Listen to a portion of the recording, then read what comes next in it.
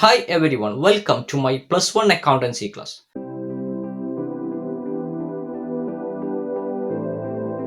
കഴിഞ്ഞ ക്ലാസ്സുകളിലായി ക്യാഷ് ബുക്കിനെ കുറിച്ചാണ് നമ്മൾ ചർച്ച ചെയ്തുകൊണ്ടിരിക്കുന്നത്. സിംഗിൾ കോളം ക്യാഷ് ബുക്കിനെ കുറിച്ച് നമ്മൾ ചർച്ച ചെയ്തു. ഡബിൾ കോളം ക്യാഷ് ബുക്കിനെ കുറിച്ച് നമ്മൾ ചർച്ച ചെയ്തു. ക്യാഷ് ബുക്ക് പ്രധാനമായും മൂന്നാണ് നമ്മൾ കഴിഞ്ഞ ക്ലാസ്സുകളിൽ പഠിച്ചു വെച്ചു. ഏതൊക്കെയായിരുന്നത്? Single column cash book, double column cash book, മൂന്നാമത്തെ ക്യാഷ് ബുക്ക് ഏതായിരുന്നു? Yes, petty cash book. ഇന്ന് ഈ ക്ലാസ്സിലൂടെ നമ്മൾ ചർച്ച ചെയ്യുന്ന മൂന്നാമത്തെ ക്ലാസിഫിക്കേഷൻ, ക്യാഷ് ബുക്കിന്റെ മൂന്നാമത്തെ ക്ലാസിഫിക്കേഷനായ പെറ്റി ക്യാഷ് ബുക്കിനെ കുറിച്ചാണ് നമ്മൾ ഈ ക്ലാസ്സിലൂടെ ഡിസ്കസ് ചെയ്യുന്നത്. പെറ്റി ക്യാഷ് ബുക്ക് എന്ന് പറയുന്നത് ഒരു സ്ഥാപനത്തിലെ ചെറിയ ചെറിയ ചെലവുകൾ രേഖപ്പെടുത്തുന്ന ക്യാഷ് ബുക്കാണ് ഇത് പെറ്റി ക്യാഷ് ബുക്ക് എന്ന് പറയുന്നത്. നിങ്ങൾ ഒരു വലിയ ബിസിനസ് സ്ഥാപനത്തെ കുറിച്ച് ചിന്തിച്ചു നോക്കൂ. അവിടെ മെയിൻ കാഷ്യർ കോടിക്കണക്കിന് രൂപയുടെ ചെലവുകൾ കൈകാര്യം ചെയ്യുന്ന സമയത്ത് ചെറിയ ചെറിയ ചെലവുകൾ വരുമ്പോൾ അത് അയാൾക്ക്, അതും റിപ്പീറ്റേറ്റീവ് നാച്ചർ ആണെങ്കിൽ അത് കൈകാര്യം ചെയ്യുക എന്നുള്ളത് ബുദ്ധിമുട്ടായിരിക്കും. ഫോർ എക്സാമ്പിൾ, ഒരു പേന വാങ്ങിക്കുന്ന ഒരു 5 രൂപയുടെ കേസ്, അതുപോലെ തന്നെ ഒരു ഓട്ടോ ചാർജ് കൊടുക്കുന്ന 40 രൂപയുടെ കേസ് അല്ലെങ്കിൽ 25 രൂപയുടെ കേസ്, ഇങ്ങനെ ചെറിയ ചെറിയ ഒരു നിശ്ചിത എമൗണ്ടിന് താഴെയുള്ള ചെലവുകൾ രേഖപ്പെടുത്തുന്നതിന് ആ സ്ഥാപനത്തിലെ തന്നെ മറ്റൊരു ആളെ ഇത്തരം ചെറിയ ചെലവുകൾ രേഖപ്പെടുത്താൻ വേണ്ടി ഏൽപ്പിക്കും. അയാൾ ചെയ്യുന്ന ഡ്യൂട്ടിയാണെന്ത്? Petty cash book. അയാൾ ചെയ്യേണ്ട ഡ്യൂട്ടിയാണെന്ത്? പെറ്റി ക്യാഷ് ബുക്ക് എന്ന് പറയുന്നത്. അപ്പൊ മെയിൻ കാഷ്യർക്ക് എന്ത് ചെയ്യാം? മെയിൻ കാഷ്യർക്ക് പ്രധാനപ്പെട്ട ചെലവുകൾ മാത്രം എവിടെ രേഖപ്പെടുത്തിയാൽ മതി? മെയിൻ ക്യാഷ് ബുക്കിൽ രേഖപ്പെടുത്തിയാൽ മതി. മറ്റ് ചെറിയ ചെറിയ ചെലവുകൾ വരുന്ന എന്ത് ചെയ്യാം? പെറ്റി ക്യാഷ് ബുക്കിൽ രേഖപ്പെടുത്താൻ കഴിയും. അപ്പൊ ഇങ്ങനെയുള്ള ചെറിയ ചെറിയ ചെലവുകൾ ഒരു സ്ഥാപനത്തെ സംബന്ധിച്ചത് റിപ്പീറ്റേറ്റീവ് നാച്ചർ ആയിരിക്കും. അപ്പൊ ഇങ്ങനെയുള്ള ചെറിയ ചെറിയ ചെലവുകൾ രേഖപ്പെടുന്ന ബുക്കാണ് ഇത് പെറ്റി ക്യാഷ് ബുക്ക് എന്ന് പറയുന്നത്. In every organization there are large number of small payments such as freight, postage, stationery, conveyance and other miscellaneous expense. These are usually in repetitive nature. If all these cash expense are handled by the main cashier and recorded in the main cash book, the procedure found to be very cumbersome. The main cashier may over budget and the main cash book may become very bulky. To avoid this, one more cashier is appointed in large organizations. He makes all small payments and record in his separate cash book, which is known as petty cash book, and the person is called petty cashier. ഒരു വലിയ business organisation സംബന്ധിച്ചിടത്തോളം ചെറിയ ചെറിയ transactions വളരെയധികം ഉണ്ടായിരിക്കും. അങ്ങനെ ഉണ്ടാകുന്ന transactions എല്ലാം കൂടി മെയിൻ കാഷ്യർ ഹാൻഡിൽ ചെയ്യുക എന്നുള്ളത് വളരെയധികം ബുദ്ധിമുട്ടുള്ള കാര്യമാണ്. അപ്പൊ മെയിൻ കാഷ്യർക്ക് മെയിൻ ആയിട്ടുള്ള എക്സ്പെൻസുകൾ വരുമ്പോൾ അത് മെയിൻ ക്യാഷ് ബുക്കിൽ രേഖപ്പെടുത്താം. എല്ലാ ചെറിയ ചെറിയ ചെലവുകളും രേഖപ്പെടുത്തുന്നത് നമ്മുടെ മെയിൻ ക്യാഷ് ബുക്ക് തന്നെ വളരെ ബൾക്കി ആവുകയും ചെയ്യും. അപ്പൊ അത് കുറയ്ക്കുന്നതിന് വേണ്ടി മെയിൻ കാഷ്യറുടെ കീഴിലായിട്ട് ഒരു സെപ്പറേറ്റ്, ഒരു ചെറിയ നിശ്ചിത എമൗണ്ടിന് താഴെയുള്ള എക്സ്പെൻസുകൾ വരുമ്പോൾ അത് ചിലവാക്കുന്നതിന് വേണ്ടി വേറൊരാളെ ഏൽപ്പിക്കുന്നു.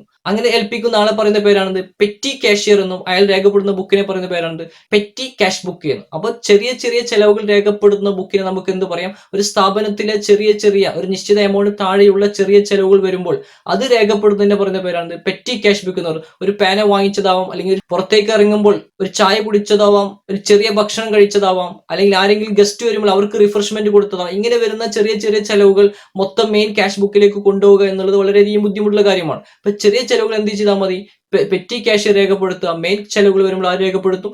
മെയിൻ ഒരു നിശ്ചിത എമൗണ്ടിന് മുകളിൽ വരുമ്പോൾ അത് ആര് രേഖപ്പെടുത്തും? മെയിൻ ക്യാഷ് രേഖപ്പെടുത്തും. അപ്പൊ സ്ഥാപനത്തിൽ ചെറിയ ചെലവുകൾ രേഖപ്പെടുന്നതിന് വേണ്ടി വരയ്ക്കുന്ന ബുക്കാണ് ഇത് പെറ്റി ക്യാഷ് ബുക്ക് എന്ന് പറയുന്നത്. അപ്പൊ നമുക്ക് എന്താ പെറ്റി ക്യാഷ് ബുക്ക് നോക്കാം. Petty cash book is a cash book maintained by the petty cashier who work under the supervision and control of the main cashier.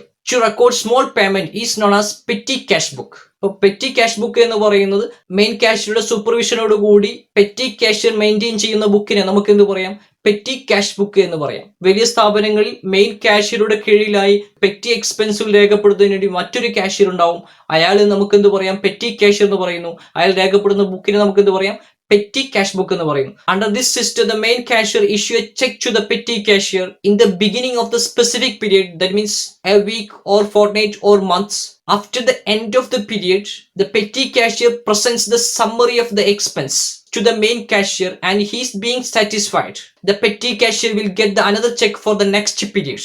സാധാരണ മെയിൻ കാഷ്യർ ഒരു നിശ്ചിത പീരീഡിന് തുടക്കത്തിൽ ഒരു നിശ്ചിത എമൗണ്ട് ആരെ ഏൽപ്പിക്കുന്നു? പെറ്റി കാഷ്യർ ഏൽപ്പിക്കുന്നു. പെറ്റി കാഷ്യർ ആ എമൗണ്ടിൽ നിന്ന് ചെറിയ ചെറിയ ചെലവുകൾ നടത്തുന്നു.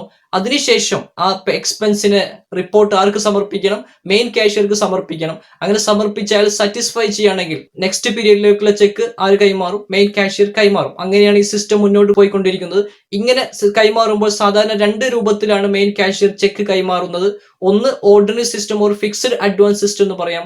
2 ഇംപ്രസ് സിസ്റ്റം എന്ന് പറയാം. സാധാരണ മെയിൻ കാഷ്യർ എല്ലാ സ്ഥാപനങ്ങളും നടത്തുന്ന ഇംപ്രസ് സിസ്റ്റത്തിലാണ് സാധാരണ സ്ഥാപനങ്ങളിലെല്ലാം ഇംപ്രസ് സിസ്റ്റം ആണ് നിലവിലുള്ളത്. എന്താണ് ഇംപ്രസ് സിസ്റ്റം എന്ന് നോക്കാം. രണ്ട് സിസ്റ്റമാണ്, ordinary system or fixed advance system. Second one Impress system. സാധാരണ എല്ലാ സ്ഥാപനങ്ങളും ഇംപ്രസ് സിസ്റ്റം ആണ് follow ചെയ്യുന്നത്. The petty cash book is usually maintained under impressed system. Under this system, a fixed amount is advanced to the petty cashier in the beginning of the period by the main cashier. At the end of the period, the petty cashier is reimbursed for the exact amount he has spent. This system is called impress system. Impress system അനുസരിച്ച് main cashier ഒരു നിശ്ചിത amount ഒരു പീരീഡിന്റെ തുടക്കത്തിൽ ആരെ ഏൽപ്പിക്കുന്നു? Petty cashier ഏൽപ്പിക്കുന്നു. Petty cashier ആ കിട്ടിയ എമൗണ്ടിൽ നിന്ന് സ്ഥാപനത്തിൽ വരുന്ന ചെറിയ ചെലവുകൾ നടത്തുന്നു. അതിനുശേഷം എത്രയാണ് എക്സ്പെൻസ് വന്നത് എന്നുള്ളത് ആരറിയിക്കുന്നു? പെറ്റി കാഷ്യർ അറിയിക്കുന്നു. അപ്പോൾ എത്രയാണോ എക്സ്പെൻസ് വന്നിരിക്കുന്നത് ആ എക്സ്പെൻസ് വീണ്ടും അയാൾക്ക് എന്ത് ചെയ്യുന്നു? വീണ്ടും അയാൾക്ക് നെക്സ്റ്റ് പീരീഡിന്റെ തുടക്കത്തിൽ നൽകുന്നു. അപ്പൊ ഇപ്പോഴും അയാളുടെ കയ്യിൽ എത്രയാണോ ആദ്യം കൊടുത്തിരിക്കുന്നത് ആ എമൗണ്ട് ആണ് എല്ലാ പീരീഡിന്റെയും തുടക്കത്തിൽ ഉണ്ടാവുക. ഈ സിസ്റ്റത്തെ പറയുന്ന പേരാണ് ഇംപ്രസ് സിസ്റ്റം എന്ന് പറയുന്നത്. For example, suppose a petty cashier gets ₹1,500 from the main cashier to be spend during the months. At the end of the month his total expense amount to ₹1,200. According to the impressed system, he will be reimbursed by ₹1,200. So his impressed money will again become ₹1,500. ഈ example അനുസരിച്ച് main cashier ₹1,500 ഒരു പീരീഡിന്റെ തുടക്കത്തിൽ ആരേൽപ്പിക്കുന്നു? Petty cashier ഏൽപ്പിക്കുന്നു ആ മാസത്തെ ചെലവിന് വേണ്ടിയിട്ട്. ആ മാസത്തെ ചെലവ് പെറ്റി കാഷ്യർ ചെലവാക്കിയതിനു ശേഷം ആ മാസത്തെ ചെലവ് പെറ്റി കാഷ്യർക്ക് വന്നത് 1,200 ആണ്. ആ 1,200 നെക്സ്റ്റ് മന്തിന്റെ തുടക്കത്തിൽ മെയിൻ കാഷ്യറിൽ നിന്ന് ആർക്ക് റീഇംബേഴ്സ് ചെയ്യാൻ കഴിയും? പെറ്റി കാഷ്യർക്ക് വീണ്ടും റീഇംബേഴ്സ് ചെയ്യാൻ കഴിയും. അപ്പോൾ വീണ്ടും അയാളുടെ ആ മാസത്തിൽ തുടക്കത്തിലെ എമൗണ്ട് എത്ര തന്നെയായി? 1,500 തന്നെയായി. അപ്പോൾ എത്രയാണോ പെറ്റി കാഷ്യർക്ക് ചെലവായത് ആ എമൗണ്ട് ആണ് ആര് കൊടുക്കുന്നത്? മെയിൻ കാഷ്യർ കൊടുക്കുന്നത്. അപ്പൊ ഇപ്പോഴും ആ പീരീഡിന്റെ തുടക്കത്തിൽ എത്ര തന്നെയായിരിക്കും? ഇംപ്രസ് സിസ്റ്റം അനുസരിച്ച് ആ പീരീഡിന്റെ തുടക്കത്തിൽ ഫിക്സഡ് എമൗണ്ട് തന്നെയായിരിക്കും അയാളുടെ കയ്യിൽ ഉണ്ടായിരിക്കും. എത്രയാണോ ആദ്യം കൊടുത്തിരിക്കുന്നത് 1,500 ആണ് ആദ്യം കൊടുത്തത്, അതിൽ നിന്ന് 1,200 ചെലവാക്കുന്നു. 1,200 ചെലവാക്കി കഴിഞ്ഞാൽ ആ 1,200 ആണ് ആര് കൊടുക്കുന്നത്? മെയിൻ കാഷ്യർ വീണ്ടും പെറ്റി കാഷ്യർ കൊടുക്കുന്നത്. അപ്പൊ വീണ്ടും അയാളുടെ കയ്യിൽ എത്ര തന്നെയായി? 1,500 തന്നെയായി. അഥവാ അയാൾക്ക് എത്രയാണോ ചെലവാകുന്നത് അതെന്ത് ചെയ്യാൻ പറ്റും? റീഇംബേഴ്സ് ചെയ്യാൻ പറ്റുന്നു. ആ രൂപത്തിലാണ് എന്ത് സിസ്റ്റം ഉള്ളത്? ഇംപ്രസ് സിസ്റ്റം ഉള്ളത്. This system is called impress system. Next നമുക്ക് format of petty cash book നോക്കാം. പെറ്റി ക്യാഷ് ബുക്കിന്റെ ഫോർമാറ്റ് രണ്ട് രൂപത്തിലുണ്ട്. സിമ്പിൾ പെറ്റി ക്യാഷ് ബുക്കും ഉണ്ട്, അതുപോലെ തന്നെ അനലിറ്റിക്കൽ ഓർ കൊളംനാർ പെറ്റി ക്യാഷ് ബുക്കും ഉണ്ട്. സാധാരണ എല്ലാ സ്ഥാപനങ്ങളും അനലിറ്റിക്കൽ ക്യാഷ് ബുക്ക് ആണ് ഫോളോ ചെയ്യുന്നത്. അതുകൊണ്ട് നമുക്ക് അതിന്റെ ഫോർമാറ്റ് നോക്കാം. സിമ്പിൾ ക്യാഷ് ബുക്കിന്റെ ഫോർമാറ്റ് നമ്മൾ ഇവിടെ ഡിസ്കസ് ചെയ്യുന്നില്ല. അനലിറ്റിക്കൽ ഫോർമാറ്റ് ആണ് സാധാരണ എല്ലാ സ്ഥാപനങ്ങളും ഫോളോ ചെയ്യുന്നത്. അതുകൊണ്ട് നമുക്ക് അത് തന്നെയാണ് പഠിക്കാനുള്ളത്. നമുക്കത് നോക്കാം. അനലിറ്റിക്കൽ പെറ്റി ക്യാഷ് ബുക്കിന്റെ ഫോർമാറ്റ് എങ്ങനെ നമുക്ക് നോക്കാം. Generally, the petty cash book is maintained in the analytical or columnar form. So we can study the format of the petty cash book. സാധാരണ മറ്റു ക്യാഷ് ബുക്ക് വരയ്ക്കുന്നത് പോലെ തന്നെയുള്ള ഒരു ലെഡ്ജർ അക്കൗണ്ട് തന്നെയാണ് പെറ്റി ക്യാഷ് ബുക്കിനും ഉള്ളത്. ലെഫ്റ്റ് സൈഡിൽ പ്രധാനമായും 5 കോളമാണ് petty cash ബുക്കിനുള്ളത്. First column amount received, second column date, third column particulars, fourth column voucher number, fifth column total payment. ഈ 5 കോളം എപ്പോഴും ഫിക്സഡ് ആയിരിക്കും. അതിനുശേഷമുള്ള കോളങ്ങൾ ഏതൊക്കെ എക്സ്പെൻസുകളാണോ വരുന്നത് അതിനനുസരിച്ച് മാറിക്കൊണ്ടിരിക്കും. ഫസ്റ്റത്തെ 5 കോളം എപ്പോഴും ഫിക്സഡ് ആണ്.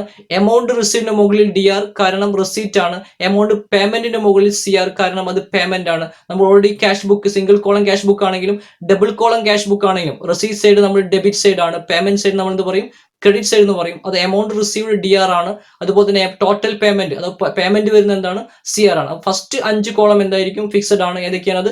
Amount received, date, particulars, voucher number. Voucher number എന്ന് പറയുന്നത് നമ്മൾ LF കോളം പോലെ ഒരു നമ്പർ വൗച്ചർ നമ്പർ എഴുതാനുള്ള കോളമാണ് voucher number. Then total payment, അതിന് മുകളിൽ എന്ത് കൊടുക്കുക?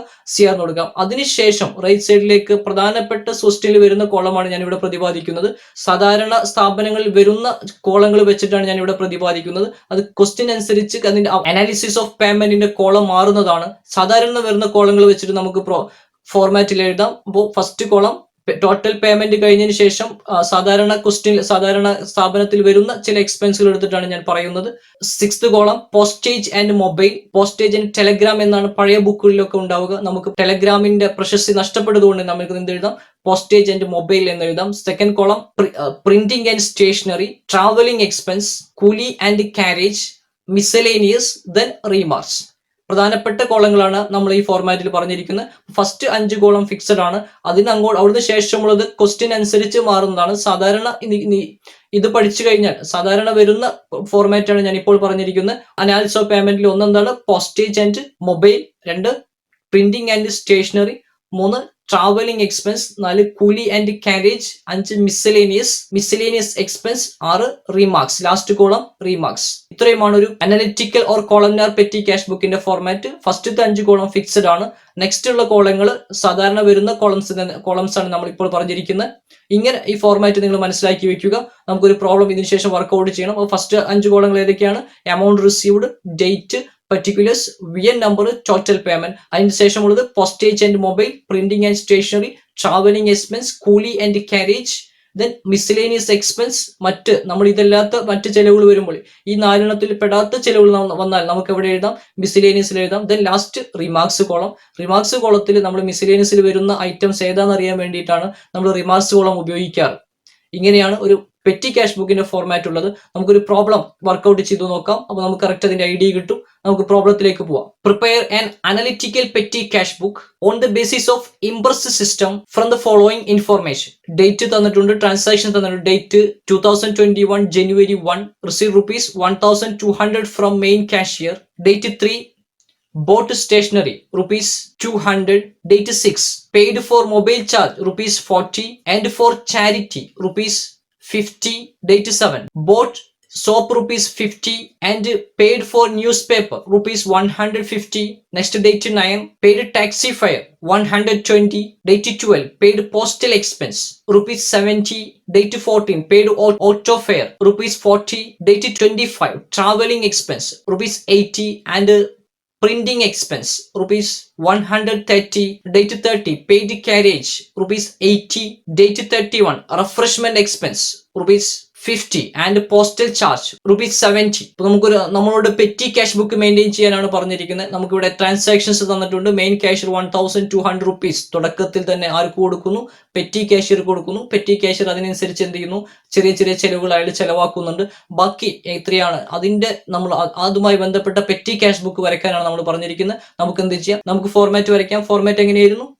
Amount received, date, particulars, VN number, voucher number, total payments, postage and mobile, printing and stationery, traveling expense, കൂലി and carriage, then miscellaneous expense, then remarks. ഇങ്ങനെ column കൊടുക്കുക.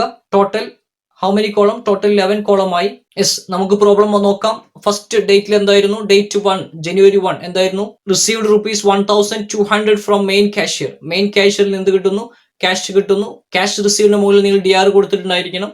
Total payment മുകളിൽ CR കൊടുത്തിട്ടുണ്ടായിരിക്കണം. മറ്റ് analysis of payment എന്ന് മുകളിൽ ടോപ്പിൽ heading കൊടുക്കുക. അതിനുശേഷമാണ് നിങ്ങൾ ആ പേയ്മെന്റുകൾ എഴുതേണ്ടത്. റൈറ്റ് സൈഡിലുള്ള പേയ്മെന്റുകൾ എഴുതേണ്ടത്.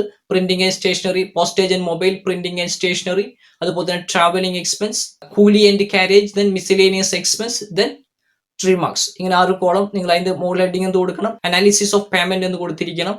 നമുക്ക് ഓരോ പ്രോബ്ലം ഓരോ ട്രാൻസാക്ഷൻ നോക്കാം. ഫസ്റ്റ് ഡേറ്റ് എഴുതി 2021 January 1. Cash receive ₹1,200 from main cashier. Main കാഷ്യറിൽ നിന്ന് എന്ത് കിട്ടുന്നു?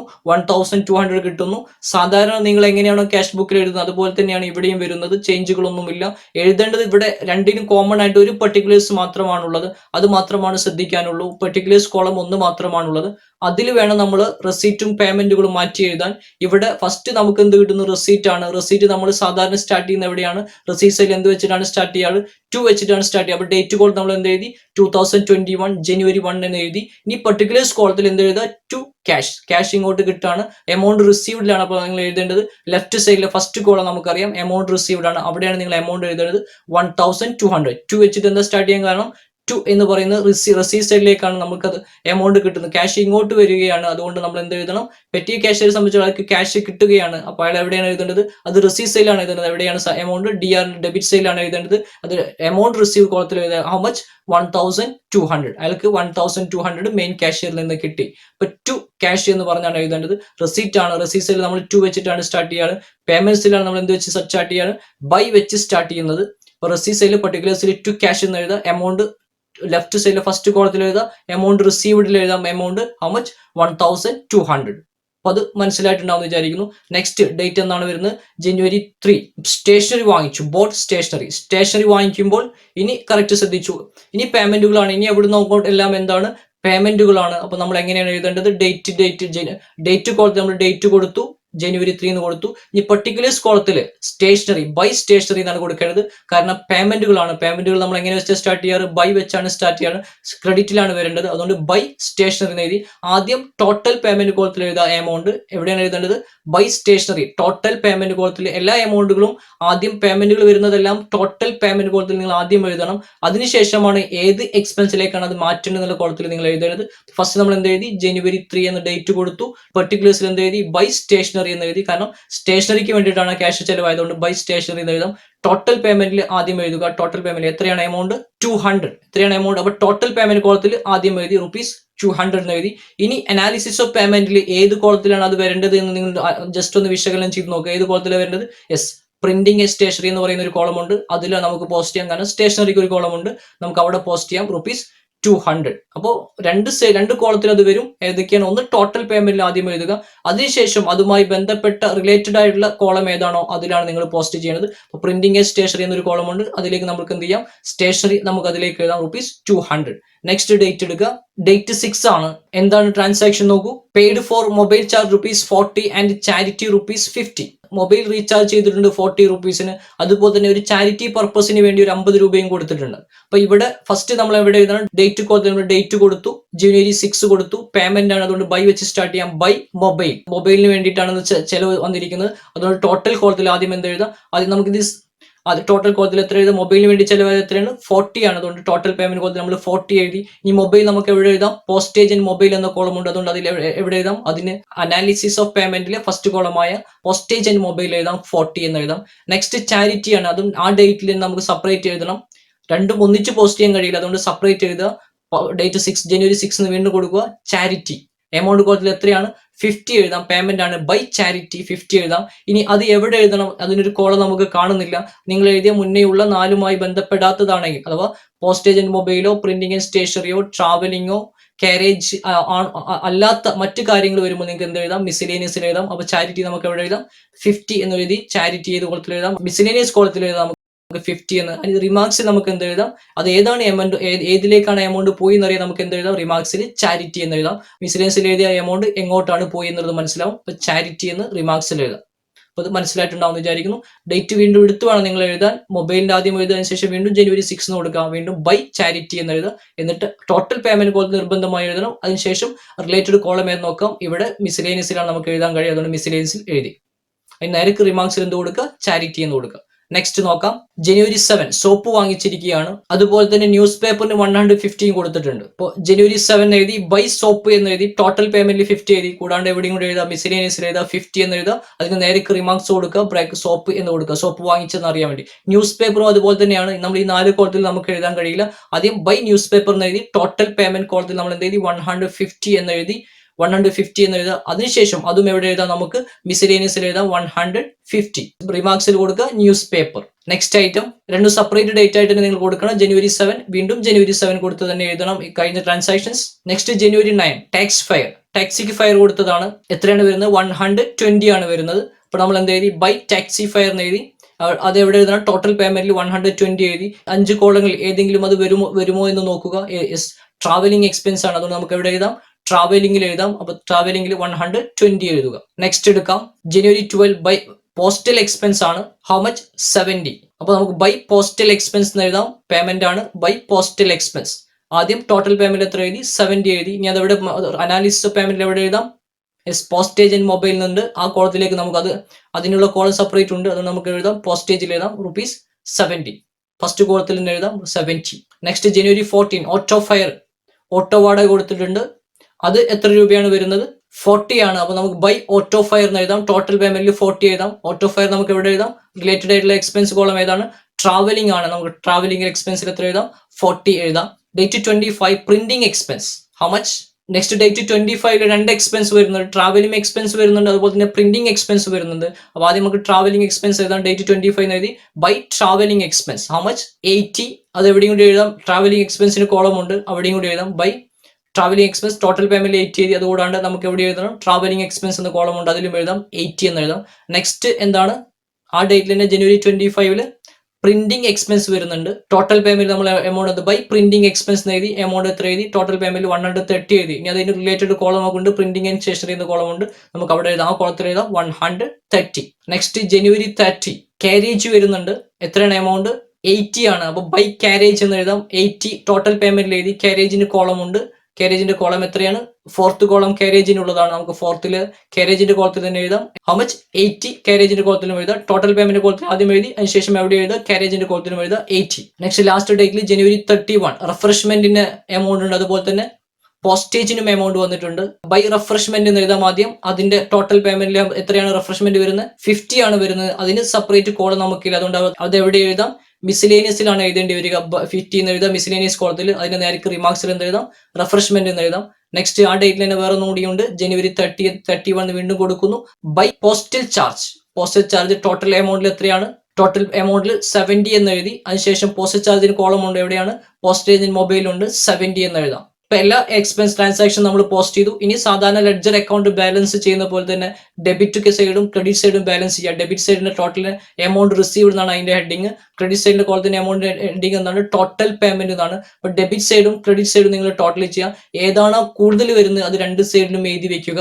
അനാലിസിസ് ഓഫ് പേയ്മെന്റിലെ എല്ലാ കോളങ്ങളും ലാസ്റ്റ് എല്ലാ കോളങ്ങളും നിങ്ങൾ ടോട്ടൽ ചെയ്യണം. നമ്മൾ ടോട്ടൽ പേയ്മെന്റ് കോളം കറക്റ്റ് ആണോ എന്ന് അറിയാൻ അനാലിസിസിന്റെ എല്ലാ കോളങ്ങളും ടോട്ടൽ ചെയ്താൽ അതിന്റെ ടോട്ടൽ തന്നെ ആയിരിക്കണം ടോട്ടൽ പേയ്മെന്റിലും വരേണ്ടത്. അങ്ങനെ കറക്റ്റ് ആണോ നിങ്ങൾക്ക് നോക്കാൻ കഴിയും. അപ്പോൾ അനാലിസിസ് ഓഫ് പേയ്മെന്റ് എല്ലാ കോളങ്ങളും, പോസ്റ്റേജ് മൊബൈലിന്റെ കോളം ടോട്ടൽ ചെയ്യുക, അതുപോലെ തന്നെ printing and stationery column total ചെയ്യുക, ട്രാവലിംഗ് എക്സ്പെൻസിന്റെ കോളം ടോട്ടൽ ചെയ്യുക, കാരേജിന്റെ കോളം ടോട്ടൽ ചെയ്യുക, അതുപോലെ തന്നെ മിസലേനിയസിന്റെ കോളം ടോട്ടൽ ചെയ്യുക. ഈ ടോട്ടലുകളെല്ലാം ആഡ് ചെയ്താൽ നമുക്ക് എന്ത് കിട്ടണം, ടോട്ടൽ പേയ്മെന്റിന്റെ കോളത്തിലെ എമൗണ്ട് കിട്ടണം. അങ്ങനെ കിട്ടിയിട്ടില്ലേ നോക്കണം. കിട്ടിയിട്ടില്ലെങ്കിൽ എവിടെയോ മിസ്റ്റേക്ക് സംഭവിച്ചെന്ന് മനസ്സിലാക്കാം. അപ്പൊ നമുക്ക് ആദ്യം ലെഡ്ജർ അക്കൗണ്ട് ബാലൻസ് ചെയ്യുന്ന ആദ്യം നിങ്ങൾ ആ ടോട്ടൽ അനാലിസിസ് ഓഫ് പേയ്മെന്റുകളെല്ലാം ടോട്ടൽ ചെയ്യുക. അതിനുശേഷം ഡെബിറ്റും ക്രെഡിറ്റും നോക്കാം. ഡെബിറ്റ് എവിടെ നിങ്ങൾ എഴുതിയിരിക്കുന്നത്, ഡി ആർ എഴുതിയിരിക്കുന്നത് എമൗണ്ട് റിസീവ്ഡിന്റെ മുകളിലായിരിക്കും. സി ആർ എഴുതിയിരിക്കുന്നത് എവിടെയായിരിക്കും, ടോട്ടൽ പേയ്മെന്റിന്റെ മുകളിലായിരിക്കും. ഡെബിറ്റ് കോളവും ക്രെഡിറ്റ് കോളവുമാണ് അത്. അപ്പൊ ഡെബിറ്റ് കോളും ക്രെഡിറ്റ് കോളും ആദ്യം നിങ്ങൾ ടോട്ടൽ ചെയ്യുക. ഡെബിറ്റ് കോളത്തിൽ ആകെ ഒരു എമൗണ്ട് ഉള്ളൂ 1200. ക്രെഡിറ്റ് കോളത്തിൽ ടോട്ടൽ ചെയ്യുമ്പോൾ എത്ര വരുന്നത്, 1130 ആണ് വരുന്നത്. 1130 ആണ് വരുന്നത്. അപ്പൊ എവിടെയാണ് കൂടുതലുള്ളത്, ഡെബിറ്റ് സൈഡ് ആണ് കൂടുതലുള്ളത്. അപ്പൊ രണ്ട് സൈഡിലും അത് എഴുതി വയ്ക്കുക, 1200. എത്രയാണ് കുറവ് നോക്കുക. ഇനി അത് എവിടെയാണോ കുറവ് അവിടെയാണ് നിങ്ങൾ എഴുതി വെക്കേണ്ടത്. എവിടെയാണ് കുറവ്, ബൈ സൈഡിൽ തന്നെയാണ് കുറവ് വരിക, ക്രെഡിറ്റ് സൈഡിൽ തന്നെയാണ് കുറവ് വരിക. അപ്പൊ ജനുവരി 31 എഴുതി, ബൈ ബാലൻസ് ക്യാരി ഡൗൺ. എത്രയാണ് കുറവ്, 1200 നിന്ന് 1130 മൈനസ് ചെയ്താൽ എത്രയാണ് ബാലൻസ് വരിക, 70 ആണ് ബാലൻസ് വരിക. അപ്പൊ നമുക്ക് ബൈ ബാലൻസ് ക്യാരി ഡൗൺ എത്ര എഴുതാം, 70 എഴുതാം. പോസ്റ്റേജ് ആൻഡ് മൊബൈൽ അതിന്റെ ടോട്ടൽ എത്രയാണ് വരുന്നത്, ടോട്ടൽ ചെയ്ത് നോക്കിയാൽ നമുക്ക് മനസ്സിലാവും. 180, printing and stationery 330, travelling expense 240, carriage 80, miscellaneous total 300. ഇതെല്ലാം കൂടി ആഡ് ചെയ്യുക. 5 കോളം ആഡ് ചെയ്താൽ ടോട്ടൽ പേയ്മെന്റ് ആയ 1130 കിട്ടും. അതങ്ങനെ കിട്ടുന്നില്ലേ നിങ്ങൾ നോക്കണം. അപ്പോൾ ബാലൻസ് ചെയ്യുന്നത് എങ്ങനെയെന്ന് മനസ്സിലായിട്ടുണ്ടാവും. രണ്ട് ഡെബിറ്റ് കോളവും ക്രെഡിറ്റ് കോളവും ടോട്ടൽ ചെയ്യുക. അതിൽ ഏതാണോ കൂടുതൽ അത് രണ്ട് സൈഡിലും എഴുതി വെക്കുക. ആദ്യത്തെ സ്റ്റെപ്പ് 1200 രണ്ട് സൈഡിലും എഴുതി വെച്ചു. അതിനുശേഷം ഡിഫറൻസ് കാണുക, ഡെബിറ്റിന് ക്രെഡിറ്റിന് ഡിഫറൻസ് കാണുക. ഡെബിറ്റിൽ ടോട്ടൽ 1200 ആണ്, ക്രെഡിറ്റിലെ ടോട്ടൽ 1130 ആണ്. അപ്പൊ ഡിഫറൻസ് എത്രയാണ് വരുന്നത്, 70 ആണ് വരുന്നത്. അത് എവിടെയാണോ കുറവ് അവിടെയാണ് എഴുതി വെക്കുന്നത്. ബൈ സൈഡിലാണ് കുറവ് വരിക, അഥവാ സി ആർ കോളത്തിലാണ് കുറവ് വരിക. നമുക്ക് എഴുതാം ജനുവരി 31 എഴുതി, ബൈ ബാലൻസ് ക്യാരി ഡൗൺ 70. അപ്പൊ എങ്ങനെയാണ് ഒരു പെറ്റി ക്യാഷ് ബുക്ക് തയ്യാറാക്കുക എന്നുള്ള കാര്യം മനസ്സിലായിട്ടുണ്ടാവുമെന്ന് വിചാരിക്കുന്നു. ഇന്ന് നമ്മൾ ഡിസ്കസ് ചെയ്തത് ക്യാഷ് ബുക്കിലെ മൂന്നാമത്തെ ബുക്കായ പെറ്റി ക്യാഷ് ബുക്കിനെ കുറിച്ചായിരുന്നു. ഒരു ചെറിയ ചെലവുകൾ വരുമ്പോൾ അത് മെയിൻ ക്യാഷ്യറുടെ കീഴിൽ പെറ്റി എക്സ്പെൻസുകൾ മീറ്റ് ചെയ്യുന്നതിന് വേണ്ടി അപ്പോയിന്റ് ചെയ്യുന്ന ക്യാഷ്യർ നമുക്ക് എന്ത് പറയാം, പെറ്റി ക്യാഷ്യർ എന്ന് പറയാം. അയാൾ മെയിൻറ്റെയിൻ ചെയ്യുന്ന ബുക്കാണെന്നത് പെറ്റി ക്യാഷ് ബുക്ക് എന്ന് പറയുന്നത്. അത് സാധാരണ ഒരു കോളംനാർ ഫോമിലാണ് എല്ലാ സ്ഥാപനങ്ങളും പെറ്റി ക്യാഷ് ബുക്ക് തയ്യാറാക്കുന്നത്. അതിന്റെ ഫോർമാറ്റ് എങ്ങനെയായിരുന്നു, first amount received, then date, particulars, VN number, then total payment. അതിനുശേഷം പ്രധാനമായും 5 കോളങ്ങൾ, postage and mobile, printing and stationery, travelling expense, travelling or conveyance charge നമുക്ക് പറയാം, travelling expense, carriage, then miscellaneous, then remarks. ഇങ്ങനെയാണ് നമ്മൾ column കൊടുത്തത്. Problem നന്നായി workout ചെയ്ത് പഠിക്കണം. I hope that everyone understood this topic. We will meet again in the next topic with the next class. Okay, bye. Thank you.